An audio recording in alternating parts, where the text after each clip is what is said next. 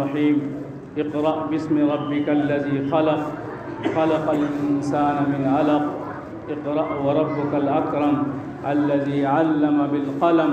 علم الإنسان ما لم يعلم صدق الله العلي العظيم۔ صدر مجلس، حضرات علماء کرام، دانشوران قوم و ملت اور ہمارے دینی اور ایمانی بھائیوں، آج کی اس تاریخی مسجد میں، جس مسجد کے اندر جیسا کہ معلوم ہوا کہ پوری چپڑاہی کے لوگ اس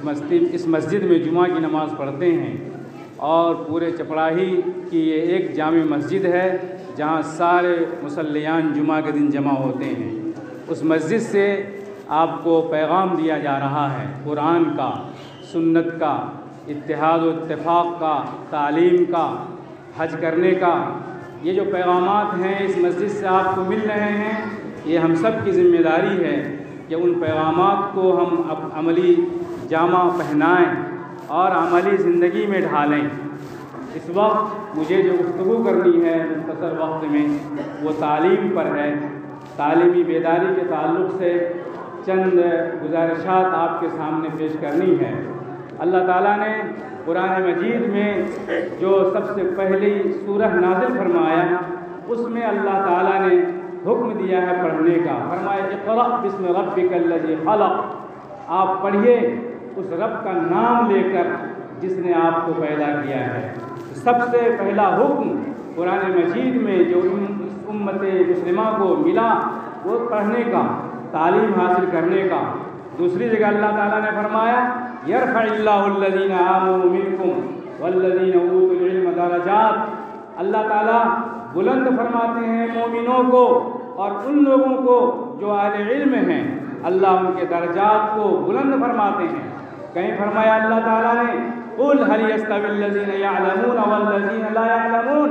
اے محمد صلی اللہ علیہ وسلم آپ کہہ دیجئے کہ جاننے والے اور نہ جاننے والے برابر ہو سکتے ہیں۔ آپ کہہ دیجئے کہ سایہ اور دھوپ برابر ہو سکتے ہیں؟ نہیں ہو سکتے ہیں۔ رات اور دن برابر نہیں ہو سکتے ہیں۔ تاریکی اور روشنی برابر نہیں ہو سکتے ہیں۔ اسی طریقے سے وہ لوگ جو پڑھے لکھے ہیں، قرآن کا علم رکھتے ہیں، حدیث کا علم رکھتے ہیں، اور جو اس کا علم نہیں رکھتے ہیں وہ برابر نہیں ہو سکتے، وہ برابر نہیں ہو سکتے۔ حدیث شریف میں حضور اکرم صلی اللہ علیہ وسلم نے ارشاد فرمایا کہ علم کا طلب کرنا ہر مرد عورت پر ضروری ہے اور فرض ہے۔ اتنا علم حاصل کرنا جس سے حلال اور حرام کی معلومات حاصل ہو جائے۔ حضور نے فرمایا طلب العلم فریضۃ علی کل مسلم، ہر مسلمان پر علم کا حاصل کرنا فرض ہے۔ اور حضور اکرم صلی اللہ علیہ وسلم نے فرمایا العلم ثلاثۃ آیۃ محکمۃ او سنۃ قائمۃ او فریضۃ عادلۃ وما سوى ذلك فهو فضل۔ کیا ہے العلم ثلاثۃ؟ علم تین ہیں، قرآن کا علم، محکمات کا علم جو قرآن کے اندر محکمات آیات ہیں ان کا علم، آخرت کا علم، رسالت کا علم، توحید کا علم، اور زندگی گزارنے کے طریقے معلوم کرنا اور اس کا علم، یہ علم ہے۔ دوسرے نمبر پر فرمایا سنت قائمۃ، وہ حدیث جو حضور اکرم صلی اللہ علیہ وسلم سے ثابت ہیں، ان سنتوں پر عمل کرنا۔ اور اس کے بعد علماء نے فریضۃ عادل کے مفہوم میں جو باتیں لکھا ہے، بہت ساری باتیں لکھی گئی ہیں، اس میں ایک بات یہ بھی لکھی گئی ہے کہ علم فرائض کا حاصل کرنا، یعنی کس کو کتنا حصہ ملے گا۔ قرآن مجید نے بیٹی کا حصہ، بیٹا کا حصہ، بہن کا حصہ، جتنے بھی لوگ ہیں سب کے حصے متعین فرما دیا ہے۔ سنت کے اندر، شریعت کے اندر اس کا علم اور اس کی جانکاری یہ ضروری ہے۔ وما سوا ذالک، اور ان علوم کے علاوہ جو بھی علم ہے وہ فضل، یا تو وہ اللہ کا فضل ہے یا وہ زائد ہے، یا تو اس کی ضرورت نہیں ہے، ہاں اس کے اندر بھی اگر فضیلت ہے تو اس اعتبار سے فضیلت ہے کہ دنیا کے اندر جتنے علوم ہیں، دنیا کے اندر جتنی زبانیں ہیں، وہ اس لیے ہیں کہ قرآن کا خادم بن کے کام کرے، رسول حدیث کی خدمت انجام دے۔ اگر وہ عربی زبان، انگریزی زبان کا ماہر ہے تو انگریزی زبان میں قرآن مجید مجید کی وضاحت اور عربی زبان میں حدیث کی وضاحت کرنے کی صلاحیت و قدرت رکھتا ہو، اگر وہ سارے علوم اگر اسلام کی خدمت کے لیے ہیں، دین کے لیے ہیں، شریعت کے لیے ہیں، دنیا کو سمجھنے کے لیے ہے، آخرت کو سمجھنے کے لیے ہے، تو وہ علم ہے، ورنہ اس علم کا کوئی اعتبار نہیں۔ اس لیے کہ شاعر نے کہا اللہ سے کرے دور تو تعلیم بھی فتنہ، املاک بھی، اولاد بھی، جاگیر بھی فتنہ، نہ حق کے لیے اٹھے تو شمشیر بھی فتنہ، شمشیر ہی کیا نعرہ تکبیر بھی فتنہ۔ یہ سب فتنے ہیں اگر اللہ سے دور کرنے والی تعلیمات ہیں۔ وہ تعلیم جو اباحیت کی پیدا کرے، وہ تعلیم جو اللہ سے دور کرے، وہ تعلیم جو اللہ سے بغاوت کرنے پر ابھارے، وہ تعلیم جو شریعت سے دور کر دے، وہ تعلیم جو بے حیائی عام کرے، وہ تعلیم جو انسان کو انسان سے لڑا دے، جو وہ تعلیم جو انسان کو پیٹ کا غلام بنا دے، وہ تعلیم جو انسان کو جادے حق سے دور کر دے، وہ فتنہ ہے، وہ اللہ کی نظر میں فتنہ ہے، اللہ کے نزدیک وہ تعلیم مقبول نہیں ہے، وہ تعلیم کا کوئی اعتبار نہیں ہے۔ علامہ اقبال نے کہا تھا ڈھونڈنے والے ستاروں کی گزرگاہوں کا اپنے افکار کی دنیا میں سفر کر نہ سکا، جس نے سورج کی شعاعوں کو گرفتار کیا، زندگی کی شب تاریخ سحر کر نہ سکا، اپنی حکمت کے خم و پیش میں الجھا ایسا آج تک فیصلے نفع و ضرر کر نہ سکا۔ امریکہ سورج پر کمندیں ڈالنے کی کوشش کرتا ہے، چاند پہ کمند ڈال چکا ہے، سیاروں پہ کمندیں ڈال چکا ہے، گزرگاہوں کا پتہ لگا لیا ہے، سارے انکشافات اور اختراعات سے دنیا کو مرعوب کر دیا ہے، حیران کر دیا ہے، لیکن حق یہ ہے کہ بے چشم حیوان ہے یہ ظلمات، بے چشمہ ہے، اس کے اندر کوئی حقیقت نہیں ہے۔ اور علامہ اقبال نے تو ایسی باتیں فرمائی ہیں، انہوں نے فرمایا تعلیم کی تیزاب میں ڈال اس کی خودی کو ہو جائے ملائم، تو جدھر چاہے ادھر پھیر اور خودی میں ڈوب جا غافل، یہ سر زندگانی ہے۔ میرے بھائیو اور دوستو، ہم اور آپ اس لیے دنیا میں آئے ہیں، اللہ نے ہمارے کندھوں پر ذمہ داری ڈالا ہے، ہم خیر امت ہیں۔ اللہ تعالیٰ نے فرمایا وَمَا كَانَ الْمُؤْمِنُونَ لِيَنْفِرُوا كَافَّةً فَلَوْلَا نَفَرَ مِنْ كُلِّ فِرْقَةٍ مِّنْهُمْ طَائِفَةٌ لِيَتَفَقَّهُوا فِي الدِّينِ وَلِيُنذِرُوا قَوْمَهُمْ إِذَا رَجَعُوا إِلَيْهِمْ لَعَلَّهُمْ يَرْجِعُونَ۔ کہیں فرمایا اللہ تعالیٰ نے وَكَذَلِكَ جَعَلْنَاكُمْ أُمَّةً وَسَطًا لِتَكُونُوا شُهَدَاءَ عَلَى النَّاسِ۔ میرے بھائیو اور دوستو، اللہ نے ہمیں امر بالمعروف اور نہی عن المنکر کا فریضہ انجام دینے کے لیے دنیا کے اندر بھیجا ہے۔ اللہ نے ہمیں توحید بتانے کے لیے، آخرت بتانے کے لیے، رسالت بتانے کے لیے، دنیا کو ضلالت سے بچانے کے لیے، گمراہی سے بچانے کے لیے، حق کی طرف لانے کے لیے اللہ تعالیٰ نے ہمیں پیغام دے کر کے، قرآن دے کر کے، حدیث دے کر کے بھیجا ہے۔ ہمارے پاس جو شریعت ہے، ہمارے پاس جو علم ہے، اس کے اندر کوئی شک اور شبہ نہیں ہے۔ دنیا کے اندر جتنے علوم ہیں ان کے اندر شکوک ہیں، شبہات ہیں، بدلتے رہتے ہیں، ان کے احکامات بدل جاتے ہیں۔ آج سے 10 سال پہلے ڈاکٹر جو میڈیسن لکھتا تھا، آج وہ میڈیسن بدل رہی ہے۔ آج سے 50 سال پہلے جو سائنسی تحقیقات تھی، وہ تحقیقات بدل چکی ہیں، لیکن قرآن اپنی جگہ ہے، حدیث اپنی جگہ ہے۔ قرآن نے فرمایا الف لام میم ذالک الکتاب لا ریب فیہ ھدی للمتقین۔ یہ وہ قرآن ہے، یہ وہ عظیم کتاب ہے۔ ذالک الکتاب علماء جانتے ہیں، یہاں ذالکہ اللہ نے فرمایا ہے، ھذا نہیں فرمایا۔ قرآن ہمارے سامنے ہے، ہم پڑھتے ہوتے ہیں، ھذا اس میں اشارہ قریب کے لیے آتا ہے، ذالک بعید کے لیے آتا ہے۔ جب بلاغت کے اعتبار سے اس میں اشارہ بعید کا قریب کے لیے جب استعمال ہو، وہاں اس کی رفعت بیان کی جاتی ہے، اس کی شان بیان کی جاتی ہے، اس کے اعلیٰ ہونے کو بیان کیا جاتا ہے۔ گویا اللہ تعالیٰ کہہ رہا ہے ذالک الکتاب، یہ وہ عظیم کتاب ہے جس کے اندر کوئی شک اور شبہ نہیں ہے۔ یہ اوریجنل کتاب ہے، اس کی تعلیمات پختہ ہیں، لیکن افسوس، صد افسوس کہ آج یہ کہنا پڑ رہا ہے کہ لاک ڈاؤن کے بعد سے پورا مزاج چینج ہو چکا ہے، پورے اسکول کی طرف اور کالج کی طرف ایسا رخ ملا ہے، اس طرف لوگوں کا رخ بڑھا ہے، اس طرح سے لوگ امنڈ پڑے ہیں، اس طرح سے لوگ دوڑ رہے ہیں کہ مدارس کی اہمیت نہیں بلکہ مدارس کے اعتبار سے مدارس کی طرف سے بدگمانی پیدا ہو گئی ہے، مدارس کی تعلیم کی طرف سے، علماء کی طرف سے، وہاں کی تعلیم کی طرف سے بدگمانیاں پیدا ہو رہی ہیں اور ہوتی جا رہی ہیں۔ اس کی وجہ یہ ہے کہ ہمارے دلوں کے اندر اس کی اہمیت نکل گئی، اس کی وجہ یہ ہے کہ اس کے اندر سے اس روحانیت ہمارے دلوں سے نکل گئی ہے۔ میرے بھائیوں اور دوستوں، جب انسان کو حقیقت کا پتہ چلتا ہے تو آدمی اس کی طرف بڑھتا ہے، اہمیت کا علم ہوتا ہے تو اس کی طرف بڑھتا ہے۔ دنیا کے علوم اپنی جگہ، سائنس اپنی جگہ، ڈاکٹری اپنی جگہ، سارے علوم معاشرے کے لیے ضروری ہیں فرض کفایہ کے طور پر، لیکن اصول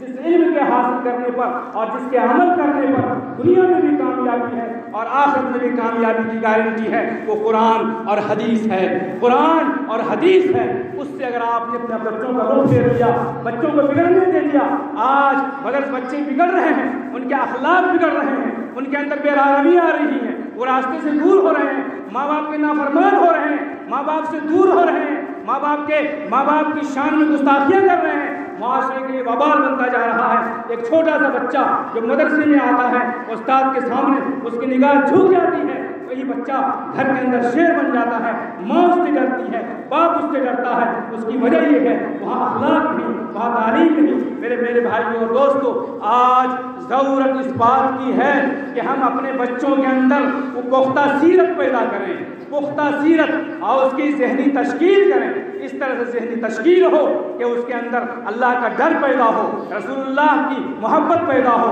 اللہ کی محبت پیدا ہو، شریعت کی محبت پیدا ہو، توحید سے محبت ہو، آخرت کی فکر ہو، فکر آخرت ہو۔ اگر فکر آخرت نکل گئی تو چاہے آپ دنیا کا وزیر اعظم بن جائیں، دنیا کا آپ بڑے سے بڑا انسان بن جائیں، دنیا کے بڑے دولت مند بن جائیں، آپ گاڑی پہ بیٹھیں، بلڈنگ بنائیں، خوف آخرت نہیں ہے، فکر خدا نہیں ہے، اور توحید نہیں ہے، رسالت نہیں ہے، عمل نہیں ہے، وہ گاڑی آپ کے لیے وبال ہے، وہ بلڈنگ آپ کے لیے وبال ہے، وہ زمین آپ کے لیے وبال ہے، وہ پیسے آپ کے لیے وبال ہے۔ اس لیے میرے بھائیوں اور دوستوں، وہ تعلیم جو آخرت کی یاد دلائے، اس کو اپنے بچوں میں پیدا کرنے کی ضرورت ہے۔ آج اگر دنیا کے ادارے اگر اس بات پر فخر کرتے ہیں کہ ہم اپنے بچوں کو بڑے سے بڑا انسان بنا رہے ہیں، تو کیا اس سے زیادہ فخر کی کوئی بات ہو سکتی ہے؟ ہم اپنے بچوں کو یہ بتاتے ہیں کہ تم اپنے خالق کو پہچانو، اس سے بڑی بات اور کیا ہو سکتی ہے؟ تم کو کس نے پیدا کیا ہے، تمہیں کہاں رہنا ہے، کہاں جانا ہے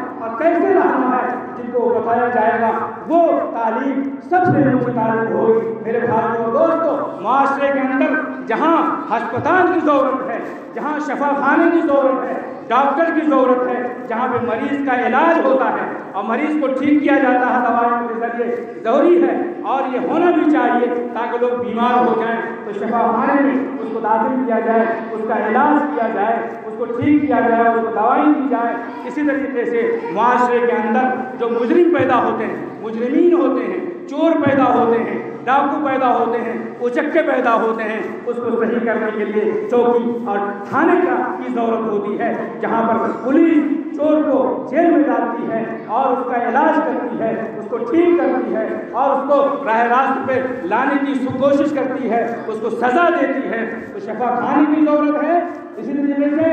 طرح سے تھانے کی ضرورت ہے۔ یہ بہت ضرورت ہے، یہ الگ بات ہے کہ تھانہ کی ضرورت اس وقت بالکل ختم ہو جائے گی جب انسان کی تربیت ہو جائے، جب انسان کے دل پاک ہو جائیں، جب انسان کے دل صاف ہو جائیں۔ وہ دل کو صاف کرنے اور پاک کرنے کے لیے انبیاء کرام اس دنیا میں آتے تھے، انہوں نے پاک کیا، تزکیہ کیا، چور کو چیزوں کا محافظ بنا دیا تھا، نبی نے ڈاکوؤں کو بڑا انسان بنا دیا، نبی نے قاتلوں کو بڑا انسان بنا دیا، نبی نے چور اور زانی کو، اچکوں کو بڑا انسان بنایا، اس لیے کہ دل کی